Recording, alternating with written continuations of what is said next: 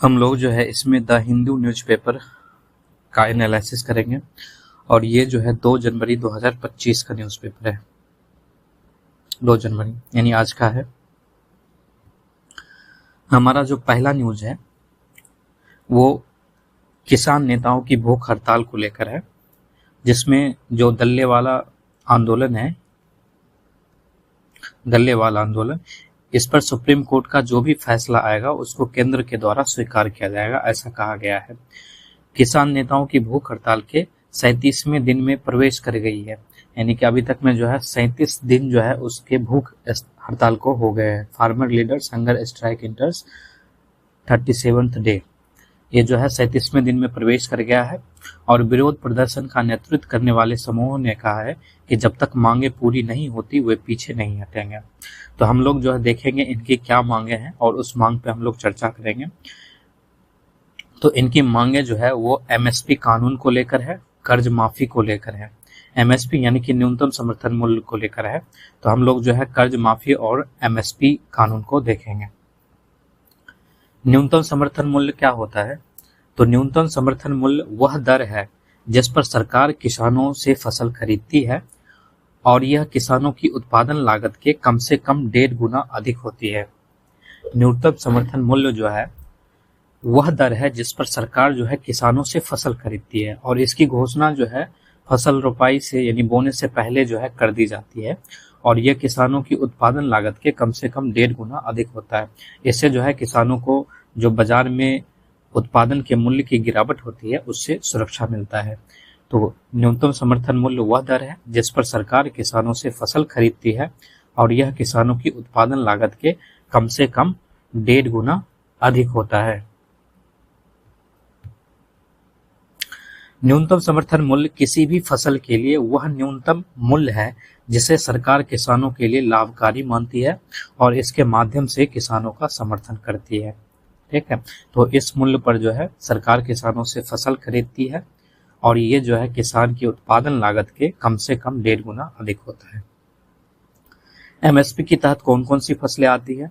तो कृषि लागत और मूल्य आयोग द्वारा सरकार को 22 अधिशिष्ट फसल, जो 22 फसल है उसके लिए न्यूनतम समर्थन मूल्य की घोषणा की जाती है। इसके अलावा गन्ने के लिए जो है उचित और लाभकारी मूल्य यानी कि एफआरपी की सिफारिश जो है ये कृषि लागत और मूल्य आयोग जो है करता है।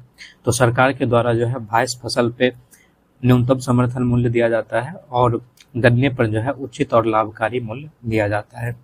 कृषि लागत एवं मूल्य आयोग कृषि एवं किसान कल्याण मंत्रालय का एक संलग्न कार्यालय है।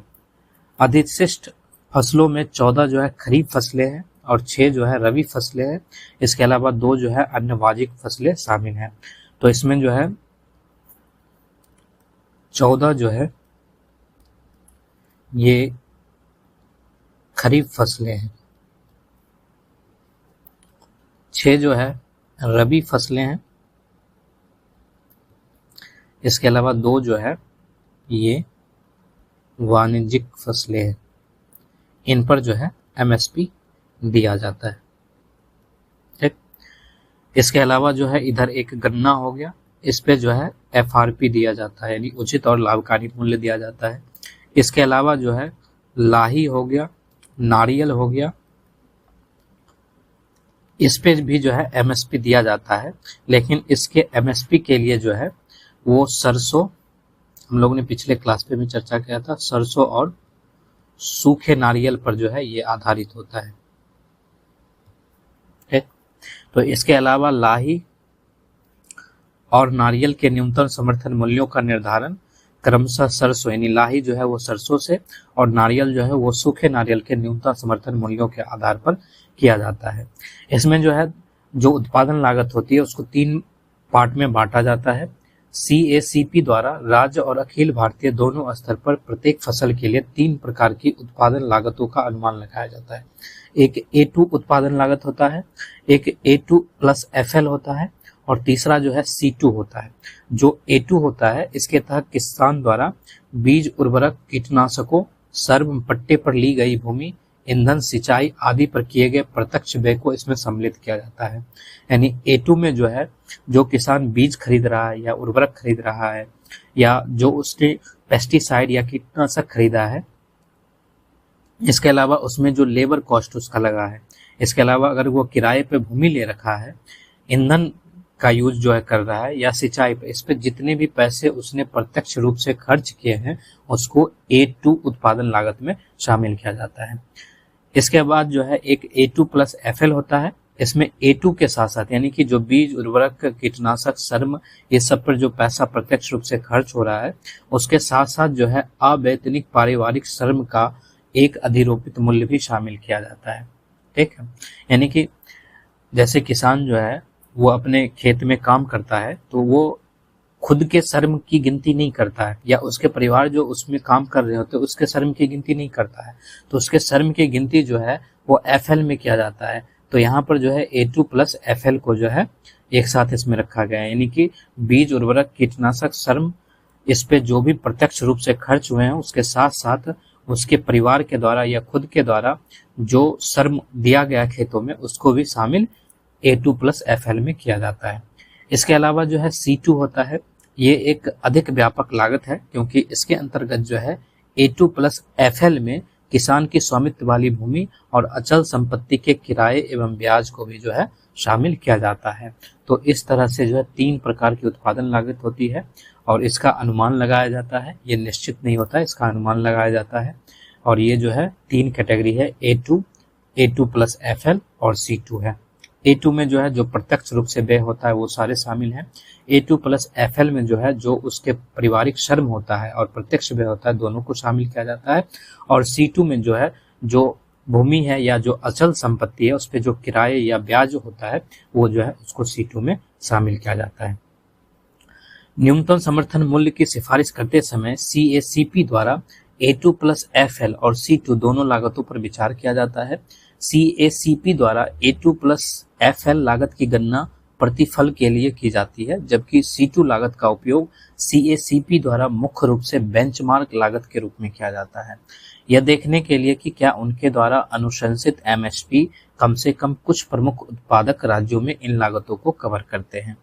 केंद्र सरकार के आर्थिक मामलों की मंत्रिमंडलीय समिति द्वारा MSP के स्तर और CACP द्वारा की गई अन्य सिफारिश पर अंतिम निर्णय लेती है। तो ये जो है MSP था।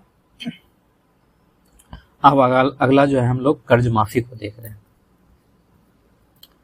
तो कर्ज माफी का अर्थ क्या होता है? किसान ऋण माफी जो किसान से संबंधित है, इसमें कृषि ऋण माफी का अर्थ किसानों की सहायता के लिए राज्यों द्वारा घोषित कृषि ऋण माफी योजनाओं से है। जब खराब मानसून या प्राकृतिक आपदा की स्थिति उत्पन्न होती है तो किसान ऋण चुकाने में असमर्थ हो सकते हैं। तो ऐसी स्थिति के कारण उत्पन्न संकट अक्सर राज्यों या केंद्र को ग्रामीणों को राहत देने के लिए प्रेरित करता है, और जिसमें ऋण की मात्रा में कमी करना या पूर्ण छूट प्रदान करना शामिल होता है। तो इसी को कृषि ऋण माफी कहा जाता है। भारत में कृषि ऋण माफी के क्या इतिहास रहे हैं?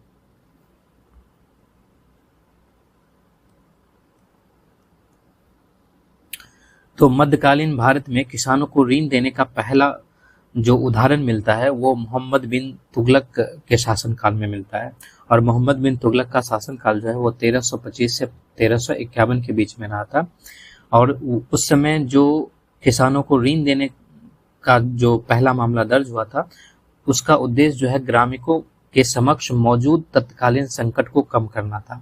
हालांकि बाद में विद्रोह और अकाल के पश्चात इन ऋणों को फिरोज शाह तुगलक ने माफ कर दिया था। तो ये जो है हमारे मध्यकालीन इतिहास में मिलता है। इसके अलावा जो है आज़ादी के बाद जो है भारत में 2 राष्ट्रव्यापी ऋण माफी कार्यक्रम चलाए गए। एक वर्ष 1990 में चलाया गया था और दूसरा जो है 2008 में चलाया गया था। स्वतंत्र भारत में पहली राष्ट्रव्यापी कृषि ऋण माफी वर्ष 1990 में बीपी सिंह के नेतृत्व वाली सरकार द्वारा लागू की गई थी। इसमें सरकारी खजाने पर 10,000 करोड़ रुपए का भार पड़ा था। ठीक है, तो स्वतंत्र भारत में पहला जो है राष्ट्रव्यापी कृषि ऋण माफी योजना जो है वो 1990 में चलाया गया था और बीपी सिंह के नेतृत्व वाली सरकार के द्वारा चलाया गया था। और इसमें जो है लगभग 10,000 करोड़ रुपए का ऋण जो है माफ कर दिया गया था। इसके बाद जो है वर्ष 2008 में संयुक्त प्रगतिशील गठबंधन यानी कि UPA सरकार द्वारा लागू की गई कृषि ऋण माफी और ऋण राहत योजना में 71,680 करोड़ रुपए का व्यय शामिल था। तब से लेकर अब तक विभिन्न राज्य सरकारों द्वारा इस तरह की योजनाओं की घोषणा की जाती है। कृषि ऋण माफी के कारण क्या है, तो हमारे यहाँ जो है छोटी भूमि जोत है, यानी कि भारत में जो है 85% से अधिक जो है छोटे और सीमांत किसान रहते हैं, और जो छोटे और सीमांत किसान हैं उनके पास 1 से 2 हेक्टेयर से भी कम जोत की भूमि रहती है। तो इन छोटी भूमि जोत के वजह से जो है उनके जो उत्पादन होते हैं उसमें कमी आ जाती है, और खेती के लिए बुनियादी इनपुट की व्यापक कमी यहाँ पर देखने को मिलता है। इसके अलावा जो किसानों की जो सिंचाई है या फसल की जो उपज है उसकी निर्भरता जो है मानसून पर अत्यधिक रहती है, और भारत में जो है मानसून का उतार चढ़ाव बराबर देखा जाता है। भारत में फसल की उपज और उत्पादन मानसून पर अत्यधिक निर्भर रहती है। इसके अलावा जो है यहाँ के किसान काफी गरीब है, उन्हें ऋण की आवश्यकता होती है। इस संदर्भ में फसल उत्पादन और खपत एवं दैनिक जीवन के खर्चों को पूरा करने के लिए किसान परिवार के द्वारा जो है वो ऋण लिया जाता है, और ऋण जो है इनका एक महत्वपूर्ण साधन होता है, और उस ऋण पे जो है उन्हें भारी ब्याज भी चुकाना होता है। इस वजह से किसान जो है अगर उनके उत्पादन अच्छे नहीं हुए किसी साल, तो इस वजह से वे कर्ज के जाल में फंसते चले जाते हैं, और इसमें जो है कृषि में निवेश नहीं हो पाता है, कृषि का वाणिज्यिकरण नहीं हो पाता है, सिंचाई के लिए भी उन्हें ऋण लेना पड़ता है, बीज की गुणवत्ता उन्हें सही तरीके से हासिल नहीं हो पाता है। इन सब के चलते जो है किसानों में आत्महत्याओं का जो दर है वो काफी उच्च स्तर पर देखा जाता है। तो कृषि ऋण माफी के ये सारे कारण हैं। अब हमारा जो अगला न्यूज है वो जीएसटी को लेकर है। दिसंबर में शुद्ध जीएसटी वृद्धि घटकर जो है वो 3.3% रह गई है, क्योंकि राजस्व में गिरावट आया है, और रिफंड जो है वो 45% की वृद्धि उसमें देखा गया है। भारत की सकल वस्तु एवं सेवा कर जीएसटी प्राप्तियां दिसंबर में 43 महीने में दूसरी सबसे धीमी गति से बढ़ी है, जबकि रिफंड के समायोजन के बाद शुद्ध जीएसटी संग्रह में वृद्धि घटकर 3.3% रह गई है, जो वित्तीय वर्ष 2024-25 में सबसे कमजोर है। नवंबर में किए गए लेन देन के लिए दिसंबर का सकल जीएसटी प्रभाव 1.77 लाख करोड़ रुपए से थोड़ा कम था, जो 3 महीने के निचले स्तर पर था, और 2023 के इसी महीने की तुलना में 7.3% की वृद्धि दर्शाता है। विकास 3.5 साल में केवल 2 बार इन स्तरों तक गिर गया है। जून 2024 में जब सकल प्राप्तियां 7.3% बढ़ी, और सितंबर में जब विकास 40 महीने के निचले स्तर यानी कि 6.5 स्तर पर पहुंच गया था। अभी जो है एक रिपोर्ट जारी किया गया है, और जैसे कि बुधवार को जो है सरकार की तरफ से जीएसटी संग्रह से जुड़े आंकड़े जारी किए गए। कुल संग्रह में जो है केंद्रीय जीएसटी की हिस्सेदारी जो है वो 32,836 करोड़, और राज्य जो जीएसटी है उसकी हिस्सेदारी में 40,499 करोड़, और जो आईजीएसटी है यानी एकीकृत जीएसटी है उसमें 47,783 करोड़ रुपए, और जो उपकर है उसकी हिस्सेदारी 11,441 करोड़ रुपए रही है। और इस अवधि के दौरान केंद्र सरकार ने कुल रिफंड के तौर पर 22,490 करोड़ रुपए की धनराशि वापस की है, जो नवंबर के मुकाबले जो है वो 45.3% अधिक है। रिफंड समायोजन के बाद देखा जाए तो शुद्ध जीएसटी संग्रह जो है वो 3.3% बढ़कर 1.5 लाख करोड़ रुपए हो गया है, जो दिसंबर 2023 में 1.49 लाख करोड़ रुपए का था। जानकारों का कहना है कि आने वाले महीनों में भी जीएसटी संग्रह में तेजी देखने को मिल सकती है, क्योंकि अब बाजार में खरीदारी का माहौल लौट रहा है।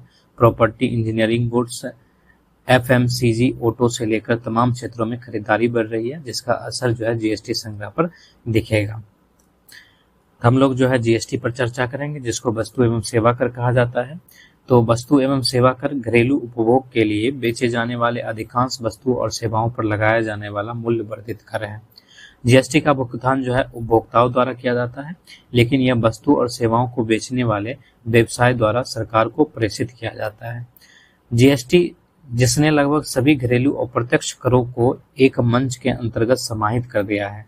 हालांकि इसमें जो है पेट्रोलियम, मादक पेय, स्टाम्प शुल्क जो है ये सब शामिल नहीं है, और ये जो है स्वतंत्र भारत के इतिहास में सबसे बड़ा कर सुधार है। इसे 1 जुलाई 2017 की मध्य रात्रि को जो है परिचालन में लाया गया था।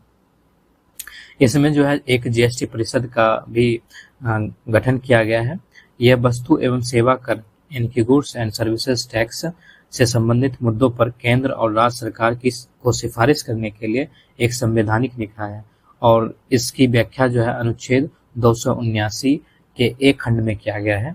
इसकी अध्यक्षता केंद्रीय वित्त मंत्री करता है और अन्य सदस्य केंद्रीय राजस्व तथा वित्त मंत्री तथा सभी राज्य के वित्त और कराधान के प्रभारी मंत्री जो है इसके सदस्य होते हैं।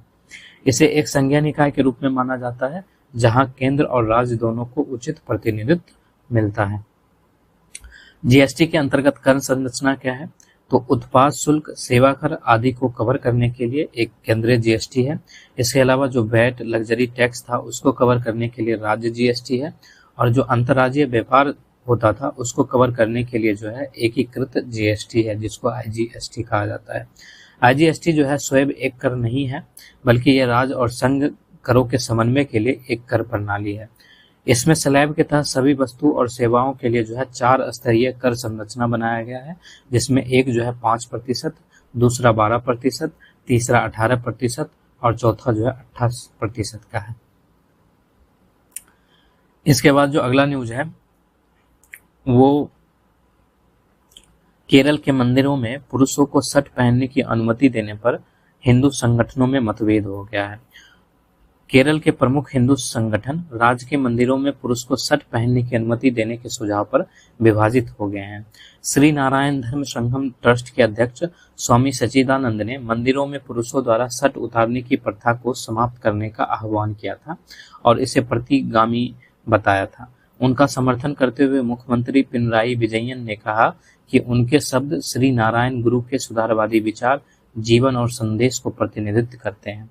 जबकि एक झा समुदाय के एक संगठन श्री नारायण धर्म परिपालन योगम ने पुरुषों को अनुमति देने के लिए अपने कॉल को नवीनीकृत करने का निर्णय लिया है, यानी कि उन्होंने जो है शर्ट पहनने के बारे में कहा है। हालांकि जो शर्ट उतार के जाया जाता था वहां पर वो उससे ये होता जो था कि जो पुरुष धागे की एक जनेऊ पहनते हैं वो पहने हुए है या नहीं, इस वजह से जो है शर्ट उतारकर मंदिर में प्रवेश लिया जाता था। इस पर जो है 2 गुटों में विवाद चल रहा है तो उसी को हम लोग देखेंगे। तो केरल के एक प्रमुख हिंदू भिक्षु ने मंगलवार को मंदिरों में प्रवेश के लिए पुरुष श्रद्धालुओं से ऊपरी पोशाक उतारने की मांग करने की लंबे समय से चली आ रही प्रथा को समाप्त करने का आह्वान किया है।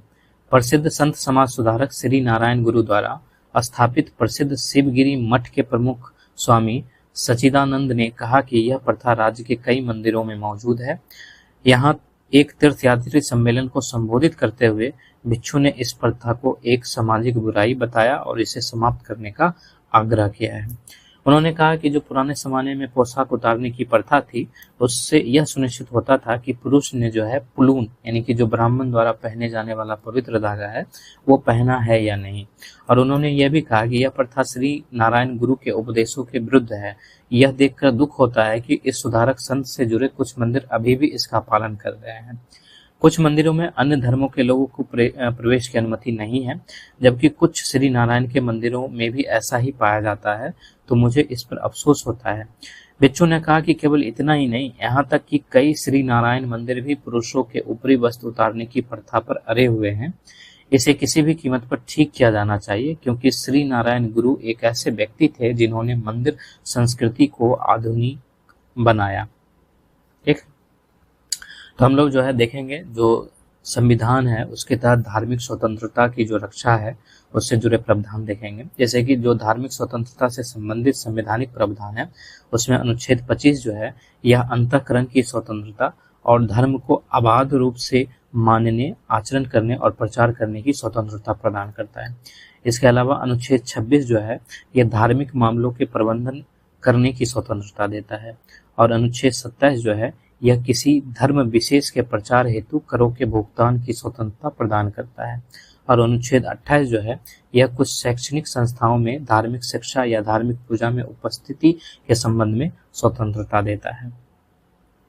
जो संविधान का अनुच्छेद 25(1) है वह अंतःकरण की स्वतंत्रता और धर्म को मानने, आचरण करने और प्रचार करने की स्वतंत्रता के अधिकार की गारंटी देता है।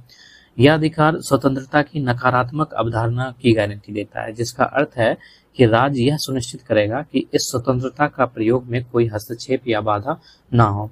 हालांकि सभी मौलिक अधिकारों के तहत राज्य सार्वजनिक व्यवस्था, नैतिकता, स्वास्थ्य और अन्य राज्य के हित के आधार पर अधिकारों को प्रतिबंधित कर सकता है। इसमें जो है कई सारे निहितार्थ हैं, जैसे कि अंतःकरण की स्वतंत्रता इसमें शामिल है, धर्म को मानने का अधिकार है, आचरण का अधिकार है, प्रचार करने का अधिकार इसमें शामिल है। जैसे कि अंतःकरण की स्वतंत्रता है, उसमें अंतःकरण की और धर्म को अबाध रूप से मानने, आचरण करने और प्रचार करने की स्वतंत्रता शामिल है। अंतःकरण की और धर्म को अबाध रूप से मानने, आचरण और प्रचार करने की स्वतंत्रता शामिल है। अपने धार्मिक विश्वास और आस्था की सार्वजनिक और बिना भय के घोषणा करने का अधिकार जो है वो धर्म के मानने के अधिकार में शामिल है। धार्मिक पूजा, अनुष्ठान, समारोह, विश्वास तथा विचारों का प्रदर्शन करने का अधिकार जो है वो आचरण के अधिकार में शामिल है। और किसी के धार्मिक विश्वासों को दूसरों तक पहुंचाना या प्रसारित करना या किसी धर्म के सिद्धांत की व्याख्या करना जो है वह प्रचार करने के अधिकार में शामिल है। ठीक। और जो प्रचार करने हेतु जो करों का भुगतान किया जाता है वो अनुच्छेद 27 द्वारा किया जाता है। ठीक। तो धर्म की स्वतंत्रता पे बहुत सारे न्यायिक घोषणा है, जैसे कि एक विजय एमुनुअल वर्सेस अन्य बनाम केरल राज्य है जो 1986 की घोषणा है। इस मामले में यहोवा के साक्षी संप्रदाय के 3 बच्चों को स्कूल से निलंबित कर दिया गया क्योंकि उन्होंने राष्ट्रीय गान गाने से इनकार कर दिया था और दावा किया गया था कि यह उनके धर्म के सिद्धांतों के खिलाफ है। तो अदालत ने माना कि निष्कासन मौलिक अधिकारों और धर्म की स्वतंत्रता के अधिकार का उल्लंघन है। ठीक है। तो अदालत क्या माना था कि निष्कासन जो है मौलिक अधिकारों और धर्म की स्वतंत्रता के अधिकार का उल्लंघन है। इसके अलावा जो है एक आचार्य जगदीश्वरानंद बनाम पुलिस आयुक्त कलकत्ता 1983 था। न्यायालय ने इसमें माना था कि आनंद मार्ग कोई अलग धर्म नहीं बल्कि एक धार्मिक संप्रदाय है और सार्वजनिक सड़कों पर तांडव करना आनंद मार्ग का अनिवार्य अभ्यास नहीं है। इसके अलावा जो है एक एम इस्माइल फारूकी बनाम भारत संघ 1994 मामला था। इसमें सर्वोच्च न्यायालय ने कहा था कि मस्जिद इस्लाम का अनिवार्य हिस्सा नहीं है और मुसलमान कहीं भी यहाँ तक कि खुले में भी जो है नमाज अदा कर सकता है। इसके बाद जो है राजा बीरा किशोर बनाम उड़ीसा राज्य 1964 था। जगन्नाथ मंदिर अधिनियम 1954 की वैधता को चुनौती दी गई थी इसमें, क्योंकि इसमें पूरी मंदिर के मामलों के प्रबंधन के लिए प्रावधान बनाए गए थे और इस आधार पर कि यह अनुच्छेद 26 का उल्लंघन करता है। और अदालत ने माना था कि अधिनियम केवल सेवा पूजा के धर्मनिरपेक्ष पहलू को विनियमित करता है, इसलिए यह अनुच्छेद 26 का उल्लंघन नहीं करता है। ठीक। तो ये जो है न्यूज था हम लोगों का। अब अगला जो न्यूज है वो ये है कि यूक्रेन जो है जो रशियन गैस पाइपलाइन है और जिसके मदद से जो है यूरोप में रशिया के द्वारा गैस भेजा जाता है, उसको जो है उसके परिवहन को रोक दिया है। युद्ध पूर्व समझौते की समाप्ति के बाद यूक्रेन ने यूरोप को रूसी गैस का परिवहन रोक दिया है। यूक्रेन ने यूरोप को रूसी गैस की आपूर्ति रोक दी है, जिससे ऊर्जा सुरक्षा और बाजार की गतिशीलता प्रभावित हो रही है, क्योंकि यूरोप रूसी गैस को चरणबद्ध तरीके से समाप्त करने की दिशा में आगे बढ़ रहा है। यूक्रेन ने रूस को बड़ा झटका दिया है। नए साल के पहले दिन जेलेंस्की ने यूक्रेन की पाइपलाइन नेटवर्क के माध्यम से यूरोप जाने वाली रूसी गैस की आपूर्ति पर रोक लगा दी है। यूक्रेन के ऊर्जा मंत्री हरमन हालुशचेंको का कहना है कि राष्ट्रीय सुरक्षा के हित में यह फैसला लिया गया है। यूक्रेन की इस फैसले से यूरोपीय बाजार में रूस का 5 दशक पुराना दबदबा टूट गया है। राष्ट्रीय सुरक्षा के हित में यह फैसला लिया गया है, ये यूक्रेन के द्वारा कहा जा रहा है। यूक्रेन के ऊर्जा मंत्री हरमन हालुशचेंको ने बुधवार सुबह इसकी पुष्टि करते हुए कहा कि कीव ने राष्ट्रीय सुरक्षा के हित में गैस का प्रवाह रोक दिया है। इस फैसले से यूक्रेन को रूस की ओर से मिलने वाला पारगमन शुल्क में $80 करोड़ प्रति वर्ष का, जबकि रूसी कंपनी गैज़प्रोम को $5 अरब का नुकसान होगा। वर्तमान में यूरोप की आपूर्ति में रूसी गैस की हिस्सेदारी जो है लगभग 8% है। तो हम लोग देखेंगे कि यूरोप और रूस के लिए क्या महत्व है। यूरोप जो है वो रूस के लिए क्या महत्व रखता है। तो यूरोप को जो है प्रतिवर्ष 100 बिलियन क्यूबिक मीटर से अधिक प्राकृतिक गैस की आवश्यकता होती है और इसकी लगभग 40% गैस जो है वो रूस से आती है। पिछले कुछ वर्षों में घरेलू गैस उत्पादन में कमी के कारण यूरोप गैस के आयात पर और अधिक निर्भर हो गया है। रूसी गैस पर निर्भरता कम करना मुश्किल है क्योंकि यूरोप के पास इसका कोई प्रतिस्थापन उपलब्ध नहीं है। इसके अलावा जो है कई यूरोपीय व्यवसायों का नॉर्ड स्ट्रीम 2 में काफी बड़ा निवेश है और इन व्यवसायों से सरकारों पर काफी दबदबा है।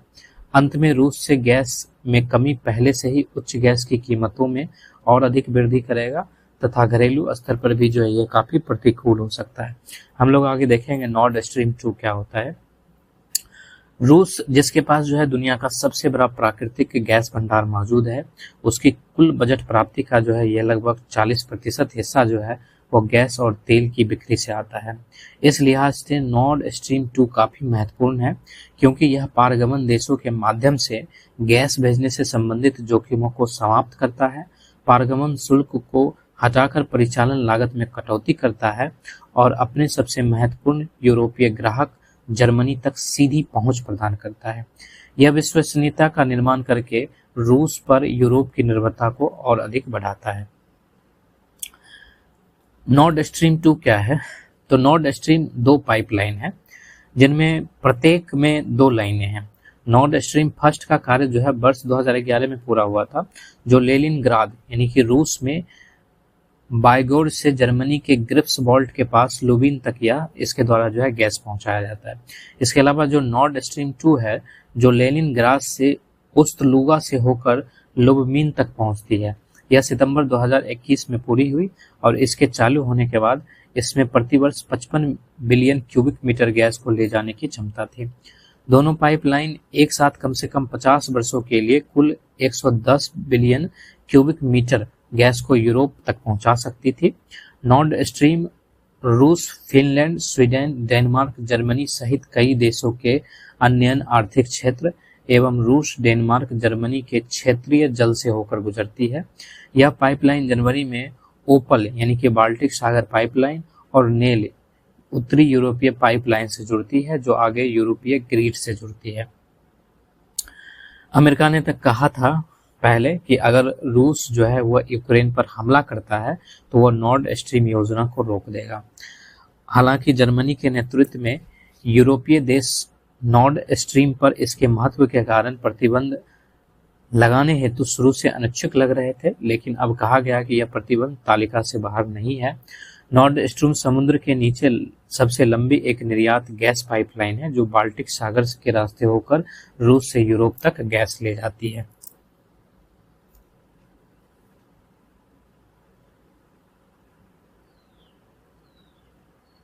ये इस तरह से जाता है। ये रसिया है, यहाँ भी रसिया। तो ये तो नॉर्ड स्ट्रीम को लेकर हो गया। और अभी हाल में जो है यूक्रेन ने रूस को बड़ा झटका दिया है और नए साल के पहले दिन जो है जेलेंस्की ने यूक्रेन की जो पाइपलाइन नेटवर्क है जिसके माध्यम से रूस के द्वारा यूरोप को गैस भेजी जाती थी उसकी आपूर्ति पर रोक लगा दिया है।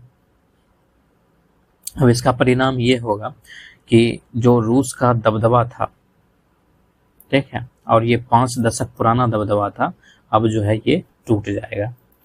रूस का यूरोपीय बाजार में जो दबदबा था वो टूट जाएगा। अगला न्यूज है वो हम लोग सिमलीपाल टाइगर रिजर्व को देखेंगे। तो सिमलीपाल का नाम जो है सीमूल यानी सिल्क कॉटन के पेड़ के नाम पर पड़ा है। टाइगर रिजर्व के लिए इसका चयन जो है आधिकारिक रूप से वर्ष 1956 में किया गया था, जिसको 1973 में प्रोजेक्ट टाइगर के अंतर्गत लाया गया। भारत सरकार ने जून 1994 में इसे एक जैव मंडल रिजर्व यानी बायोस्फीयर रिजर्व क्षेत्र घोषित किया। ठीक है, 1956 में जो है इसका चयन टाइगर रिजर्व के लिए किया गया था और प्रोजेक्ट टाइगर जो है वो 1973 में लाएगा। फिर आगे जाके जून 1994 में जो है भारत सरकार ने इसको बायोस्फीयर रिजर्व घोषित कर दिया। यह बायोस्फीयर रिजर्व वर्ष 2009 में जो है यूनेस्को के विश्व नेटवर्क ऑफ बायोस्फीयर रिजर्व का हिस्सा है। यह सिमलीपाल कुलडिला हदगढ़ हाथी रिजर्व का हिस्सा है। इसे मयूरभंज एलिफेंट रिजर्व के नाम से जाना जाता है। यह जंगल जो है वनाग्नि से ग्रस्त है। वर्ष 2021 में जो है सिमलीपाल में फरवरी के अंत और मार्च की शुरुआत में जो है वनाग्नि की घटना देखी गई थी। अगर हम लोग इसकी उपस्थिति की बात करें तो ये ओडिशा के मयूरभंज जिले के उत्तरी भाग में स्थित है और जो भौगोलिक रूप से जो है पूर्वी घाट के पूर्वी छोर पर स्थित है। ये जैवमंडल जो है 4,374 वर्ग किलोमीटर में फैला हुआ है, जिसमें 845 वर्ग मीटर जो है वो कोर क्षेत्र एरिया है जिसको बाघ अभ्यारण्य घोषित किया गया है, और 2129 वर्ग किलोमीटर जो है वो बफर क्षेत्र है। इसके अलावा जो है 1400 वर्ग किलोमीटर जो है वो संक्रमण क्षेत्र है। इसके अलावा जो है सिमलीपाल में 1076 फूलों की प्रजातियां पाई जाती है और ऑर्किड के जो है यहाँ पर 96 प्रजातियां पाई जाती है। इसमें जो है उष्ण कटिबंधीय अर्ध सदाबहार वन, उष्ण कटिबंधीय नम पर्णपाती वन, शुष्क पर्णपाती पहाड़ी वन और विशाल घास के मैदान मौजूद हैं। इस बायोस्फीयर रिजर्व में 2 जनजातियां भी निवास करती है। एक का नाम जो है इरंगा खारिया है, ठीक है, इरंगा खारिया, और दूसरे का नाम जो है मैनकर्डियास है। और ये दोनों जनजाति जो है इस बायोस्फीयर में निवास करती है, जो आज भी जो है पारंपरिक कृषि गतिविधियां यानी कि बीज और लकड़ी संग्रह के माध्यम से जो है खाद्य संग्रह करती है। सिमलीपाल जो है बाघ और हाथियां सहित जंगली जानवरों की एक विस्तृत श्रृंखला का निवास स्थल है। इसके अलावा जो है यहाँ पक्षियों की 304 प्रजातियां, उभयचरों की 20 प्रजातियां और सरीसृप की जो है 62 प्रजातियां निवास करती है। और अभी जो है वहां पर जो है बाघ को लाया जा रहा है ताकि उसके पुनर्वास जो है वो फिर से बढ़े, उसकी जनसंख्या यहाँ पर फिर से बढ़े। इसके अलावा जो है ओडिशा में और भी बहुत से संरक्षित क्षेत्र हैं, जैसे कि भितरकनिका राष्ट्रीय उद्यान है, ठीक है, बदरमा WLS है, इसके अलावा चिल्का WLS है वेटलैंड, इसके अलावा जो है हारगढ़ WLS है, बैसीपल्ली है, कोटागढ़ है, नंदनकानन है, लखारी घाटी है, गहिर माथा है। ये सारे जो हैं ओडिशा में ही संरक्षित क्षेत्र हैं। इसके बाद जो अगला न्यूज है वो हम लोगों का जो है ग्राउंड वाटर को लेकर है, जहां पर जो है नाइट्रेट जो है अधिक मात्रा में ग्राउंड वाटर में पाया जा रहा है और ये जो है स्वास्थ्य पर प्रतिकूल प्रभाव डालेगा।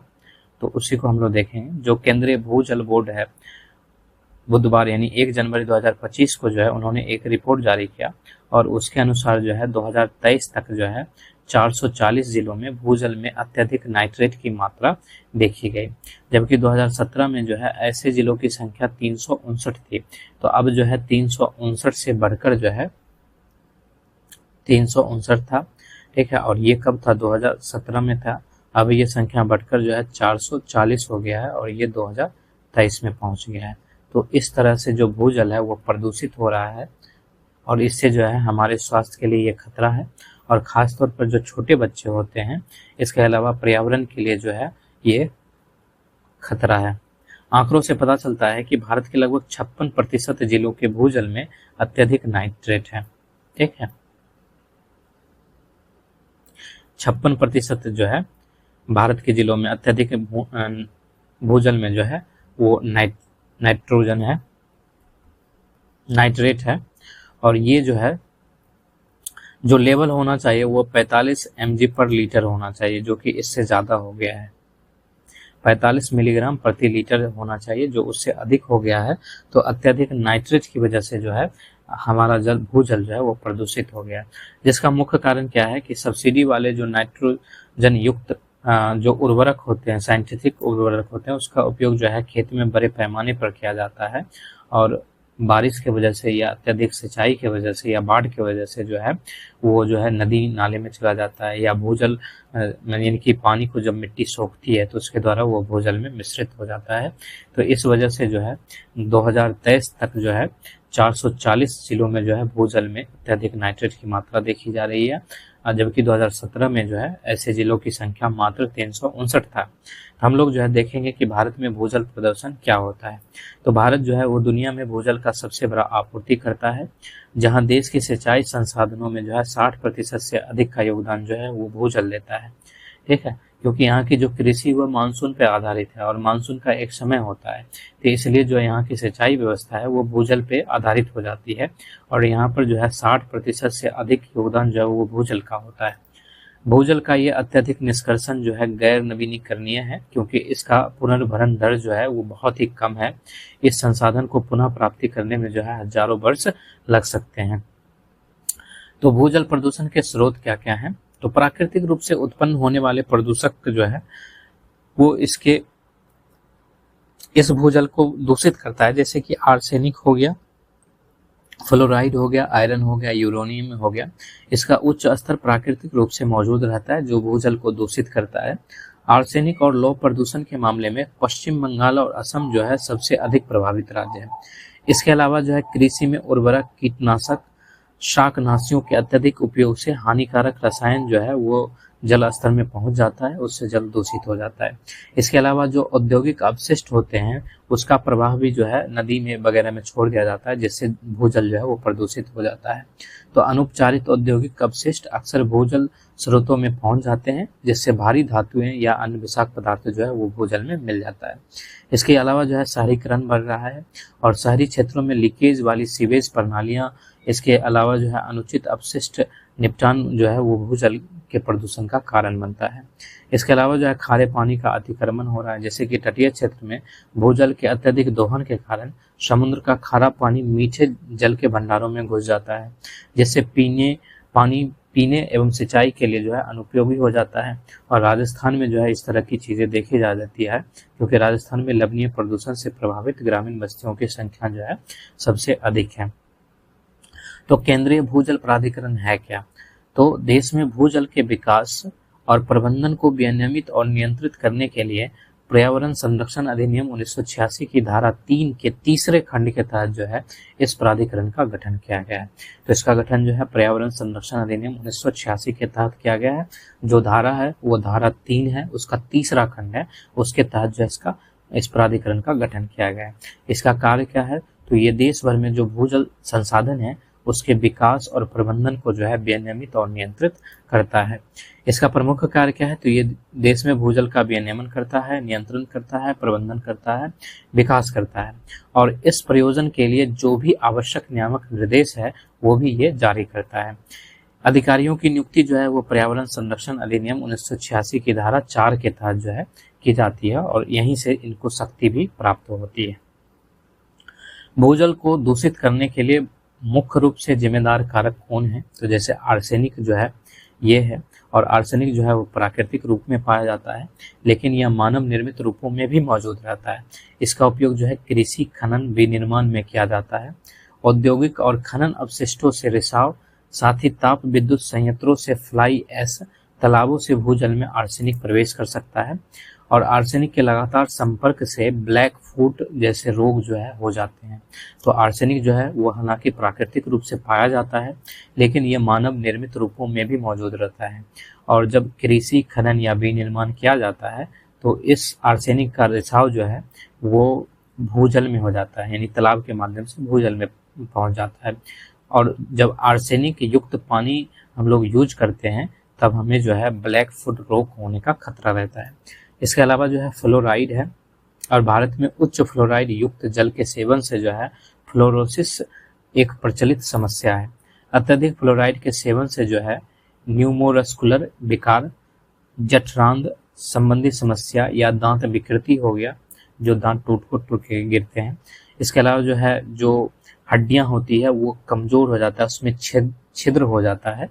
तो ये सारे जो है फ्लोरोसिस के गुण हैं, और ये फ्लोरोसिस जो है जब भूजल में उच्च फ्लोराइड युक्त जल आता है उसके सेवन से जो है फ्लोरोसिस नामक बीमारी होती है। इसके कारण जो है जोड़ों में दर्द और अकड़न हो जाता है, और घुटनों से पैर के बाहर की ओर मुड़ जाने से उत्पन्न होने वाली समस्या जो है वो नॉकनी सिंड्रोम कहलाती है। तो फ्लोराइड के उच्च फ्लोराइड युक्त जल के सेवन से जो है फ्लोरोसिस और नॉकनी सिंड्रोम हो सकता है। ठीक है, फ्लोरोसिस से जो है हड्डियां या दांत जो है कमजोर हो जाते हैं, इससे जो है जोड़ों में दर्द और अकड़न होती है, और जो नॉकनी सिंड्रोम है उससे जो है जो घुटने होते हैं वहां से वो जो है बाहर की ओर मुड़ जाता है, तो वो तिरछा लगने लगता है, और या फिर दौड़ते समय जो है वो आपस में एक दूसरे से टकराता है, तो उसको जो है नॉकनी सिंड्रोम कहा जाता है, और ये जो है उच्च फ्लोराइड युक्त जल के सेवन से होता है। इसके अलावा जो है नाइट्रेस है, और हम लोग इसी पर चर्चा कर रहे थे। पेयजल में जो है अत्यधिक नाइट्रेट स्तर हीमोग्लोबिन के साथ प्रतिक्रिया करके जो है ये गैर कार्यात्मक मीथेमोग्लोबिन बनाता है और ऑक्सीजन के परिवहन में जो है ये बाधा डालता है, जिससे जो है मीथेग्लोबोनिया और ब्लू बेबी सिंड्रोम होता है। उच्च नाइट्रेट स्तर कार्सिनोजेंस के निर्माण में भी योगदान दे सकता है और यूट्रिफिकेशन को जो है ये तेज कर सकता है। ब्लू बेबी सिंड्रोम के कारण न केवल मीथेमोग्लोबिनेमिया होता है, बल्कि पीने के पानी में नाइट्रेट के अत्यधिक स्तर के कारण शिशुओं की त्वचा का रंग भी जो है नीला पड़ जाता है। और मेथेमोग्लोबिनिया जो है एक ऐसी स्थिति है जिसमें रक्त में जो है हीमोग्लोबिन एक असमान रूप से मौजूद होता है। इससे ऑक्सीजन ले जाने की क्षमता कम हो जाती है। इसके अलावा जो है यूरेनियम जो है वो एक कमजोर रेडियोधर्मी पदार्थ है, जिसका भौतिक अर्धायु काल जो है वो लंबा होता है। ये भारत के कुछ स्थानीय क्षेत्रों में विश्व स्वास्थ्य संगठन के दिशा निर्देश से अधिक सांद्रता इसमें पाया जाती है। जैसे कि राजस्थान या उत्तर पश्चिम राज्य है, वहाँ पर जो है यूरेनियम मुख्य रूप से जो जलोढ़ जलवृत्ति होती है उसमें मौजूद होता है, जबकि जो तेलंगाना जैसे दक्षिण राज्य हैं वहाँ पर जो ग्रेनाइट जैसे क्रिस्टलीय चट्टान है उससे यूरेनियम जो है उत्पन्न किया जाता है। जब पेयजल में जो है यूरेनियम का स्तर बढ़ जाता है तो जो है वो गुर्दे में विषाक्तता उत्पन्न करता है। इसके अलावा गुर्दे में जो स्टोन वगैरह सब होती है उसकी भी समस्या जो है ये उत्पन्न कर देता है। इसके अलावा रेडॉन भी जो है ये भी प्रदूषण का कारण है और हाल में ही जो बेंगलुरु के कुछ क्षेत्रों में पीने के लिए उपयोग किए जाने वाले भूजल में रेडियोधर्मी रेडॉन का स्तर काफी अधिक पाया गया। रेडॉन रेडियोधर्मी ग्रेनाइट और यूरेनियम से उत्पन्न होता है, जो विघटित होकर रेडियम और रेडॉन में बदल जाता है। हवा और पानी में रेडॉन की उपस्थिति फेफड़े के ऊतकों को नुकसान पहुंचा सकती है, जिससे फेफड़ों के कैंसर का खतरा बढ़ जाता है। इसके अलावा और भी कई सारी धातुएं होती हैं जो पानी में मिला हुआ रहता है, जैसे सीसा हो गया, पारा हो गया, कैडमियम हो गया, तांबा हो गया, क्रोमियम हो गया, निकेल हो गया।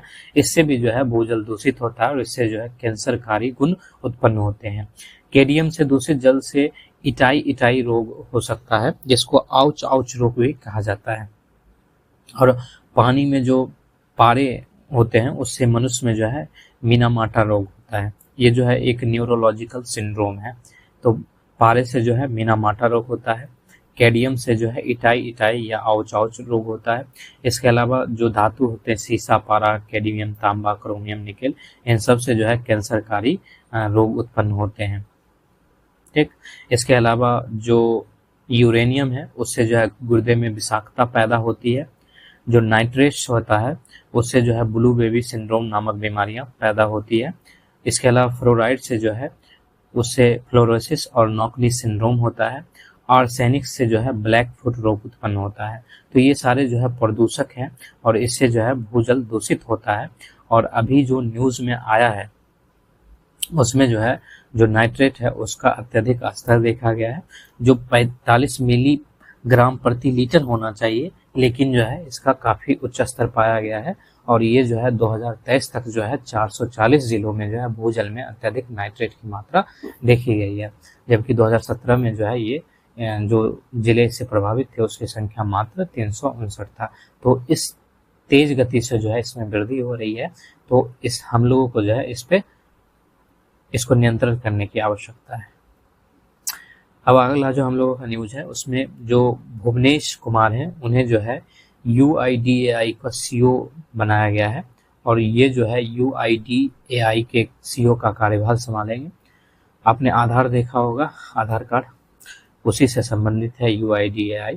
तो भुवनेश कुमार जो है उत्तर प्रदेश कैडर के 1993 बैच के IAS अधिकारी हैं और फिलहाल वे जो है इलेक्ट्रॉनिक्स और सूचना प्रौद्योगिकी मंत्रालय में अतिरिक्त सचिव के पद पर जो है इनको जो है UIDAI के जो है CEO का कार्यभार दिया गया है। तो हम लोग जो देखेंगे UIDAI है क्या है। इसको हिंदी में जो है भारतीय विशिष्ट पहचान प्राधिकरण कहते हैं। UIDAI 12 जुलाई 2016 को आधार अधिनियम 2016 के प्रावधानों का पालन करते हुए इलेक्ट्रॉनिक्स एवं सूचना प्रौद्योगिकी मंत्रालय के अधिकार क्षेत्र में भारत सरकार द्वारा स्थापित एक वैधानिक प्राधिकरण है। UIDAI की स्थापना भारत सरकार द्वारा जनवरी 2009 में योजना आयोग के तत्वाधान में एक संलग्न कार्यालय के रूप में की गई थी। UIDAI को भारत के सभी निवासियों को एक 12 अंकीय विशिष्ट पहचान संख्या प्रदान करने का कार्य सौंपा गया, जो आप आधार के नीचे में देखते हो। वो जो 12 अंक है वो इन्हीं के द्वारा दिया जाता है। देश में समग्र आधार संतृप्ति स्तर जो है वो 93% को पार कर गया है। मतलब जो है लगभग सभी लोगों के पास जो है आधार कार्ड रहते हैं। अब हालांकि अभी 7% जो है लोग छुटा हुआ है, लेकिन वयस्क आबादी में ये लगभग जो है 100% के पार हो गया है। जो बच्चों में बेबी आधार होता है वो बाकी है।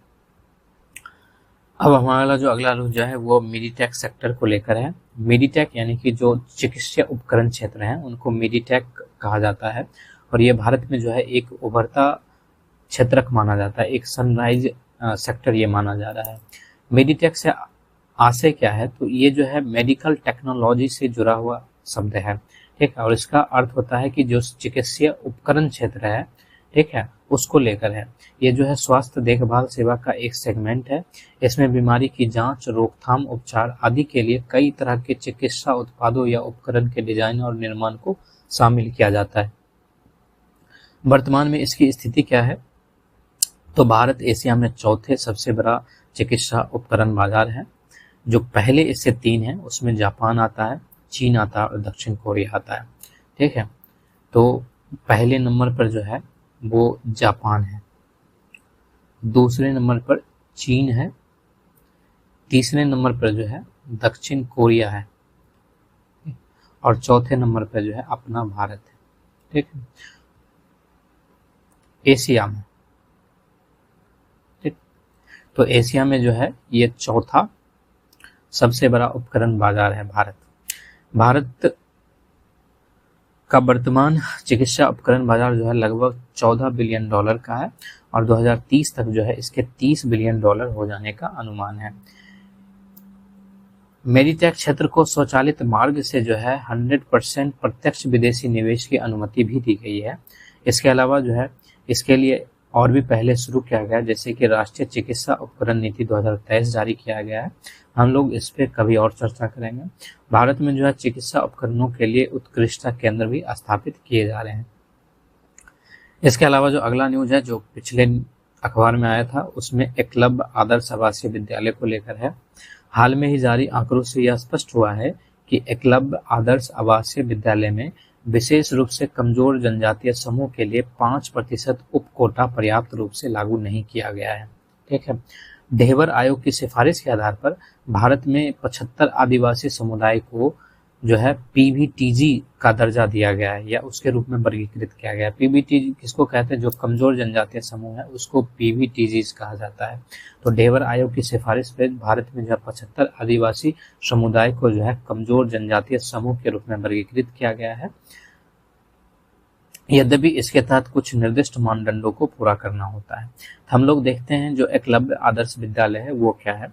तो एकलव्य आदर्श विद्यालय आवासीय विद्यालय जो है वो 1997-98 में दूर दराज के क्षेत्रों में जो एसटी यानी कि अनुसूचित जनजाति हैं उसके बच्चों को गुणवत्तापूर्ण शिक्षा प्रदान करने के लिए शुरू किया गया था। प्रत्येक स्कूल के लिए जो है कक्षा 6 से 12 तक 480 छात्रों की क्षमता का प्रावधान किया गया था। इसका विस्तार जो है, जैसे कि इसकी स्थापना का प्रावधान जो है 2022 तक है। जैसे जो एकलव्य आदर्श आवासीय विद्यालय है वो उन ब्लॉक में स्थापित किए जाते हैं जहां 75% से अधिक जो है एसटी आबादी है, यानी जनजातीय समूह निवास करती हैं, और कम से कम जो है 20,000 जनजातीय लोग होने चाहिए। इसके अलावा जो है ये जो विद्यालय है इसको नवोदय विद्यालय के समकक्ष माना जाता है, और ये जो है जनजातीय कार्य मंत्रालय के अंतर्गत आता है। तो ये था एकलव्य आदर्श आवासीय विद्यालय, ठीक। इसके बाद जो है संरक्षित क्षेत्र व्यवस्था को लेकर है, प्रोटेक्टेड एरिया रीजन के लिए है। हाल में जो है केंद्र सरकार ने पूर्वोत्तर के 3 राज्य मणिपुर, मिजोरम, नागालैंड में संरक्षित क्षेत्र व्यवस्था को फिर से लागू किया है।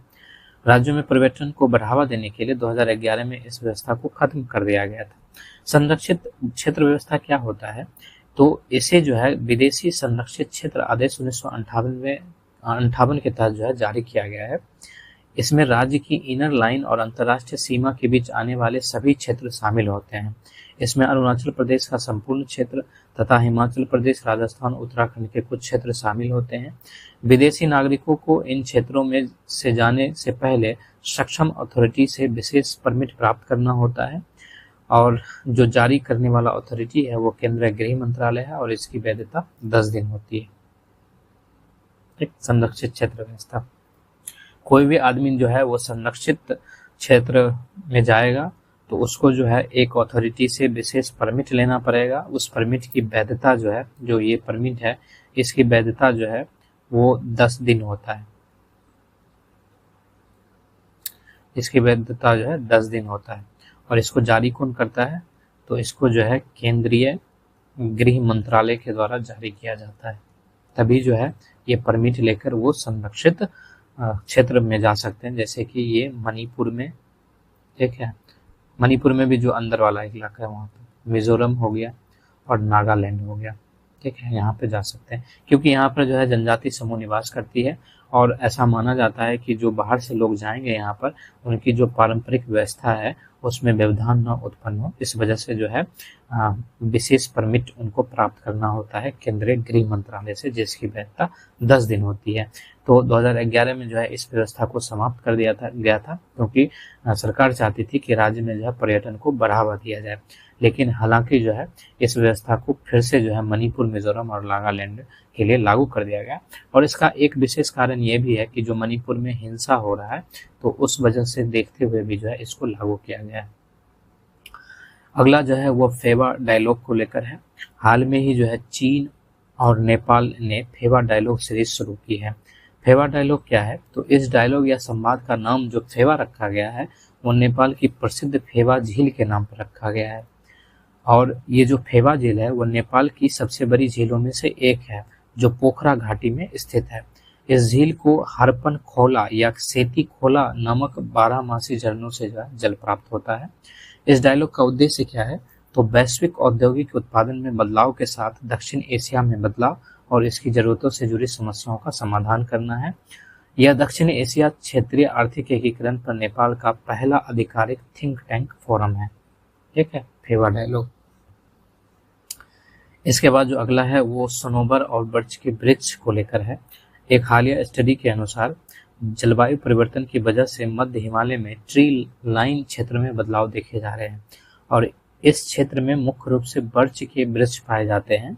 इनकी जगह अब सनोबर वृक्ष ले रहे हैं, यानी कि जो बर्च का वृक्ष है वो हट के उसके जगह सनोबर वृक्ष आ रहा है और ये जो है जलवायु परिवर्तन की वजह से हो रहा है।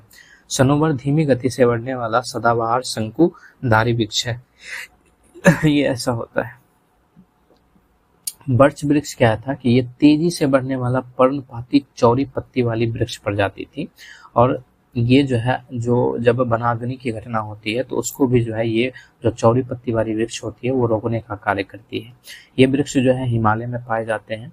ये वृक्ष आर्द्र या नम जलवायु या अधिक शुष्क चट्टानी या रेतीली मृदा में उगते हैं। लेकिन जबकि वहीं पर जो सनोबर जिसको फिर वृक्ष कहा जाता है उसके बारे में ये है कि ये शंकुधारी वृक्ष प्रजाति है। ये वृक्ष अत्यधिक ऊंचाई वाले वन पारिस्थितिक तंत्र में पाए जाते हैं। इन वृक्षों को उत्तरी अमेरिका, यूरोप, एशिया और उत्तरी अफ्रीका में देखा जा सकता है। इसके बाद जो अगला है वो युग युगीन भारत राष्ट्रीय संग्रहालय को लेकर है। संस्कृति मंत्रालय ने युग युगीन भारत राष्ट्रीय संग्रहालय को विश्व स्तरीय सांस्कृतिक संस्थान के रूप में विकसित करने के लिए फ्रांस म्यूजियम डेवलपमेंट के साथ साझेदारी की है। युग युगीन भारत राष्ट्रीय संग्रहालय क्या है? तो ये जो है सेंट्रल विस्टा पुनर्विकास परियोजना का हिस्सा है और इसका विस्तार जो है नई दिल्ली के नॉर्थ और साउथ ब्लॉक में होगा और जो ये सेंट्रल विस्टा पुनर्विकास परियोजना था इसी के तहत जो है नए संसद भवन का निर्माण किया गया था। यह संग्रहालय जो है भारत की विरासत को प्रदर्शित करेगा। ऐतिहासिक नॉर्थ और साउथ ब्लॉक का रचनात्मक रूप से पुनः उपयोग उनकी वास्तुकला विरासत के संरक्षण को सुनिश्चित करेगा, साथ ही जो है एक जीवंत और कुशल सांस्कृतिक स्थल का निर्माण करेगा। यह दृष्टिकोण जो है फ्रांस की गैंट्स प्रोजेक्ट पहल से जो है प्रेरित है और इस प्रोजेक्ट के तहत फ्रांस में सरकारी इमारतों को प्रतिष्ठित सांस्कृतिक स्थलों में बदल दिया गया है। तो युगयुगीन भारत राष्ट्रीय संग्रहालय का निर्माण किया जाएगा और इसको जो है सांस्कृतिक संस्थान के रूप में विकसित किया जाएगा जो विश्व स्तरीय हो, और इसके लिए जो फ्रांस म्यूजियम डेवलपमेंट के साथ साझेदारी किया गया है। ये जो संग्रहालय है ये सेंट्रल विस्टा पुनर्विकास परियोजना का हिस्सा है और इसका विस्तार जो है दिल्ली के नॉर्थ और साउथ ब्लॉक में होगा और ये भारत की विरासत को प्रदर्शित करेगा। ठीक, तो इसमें हम लोग जो है यहीं तक रखते हैं।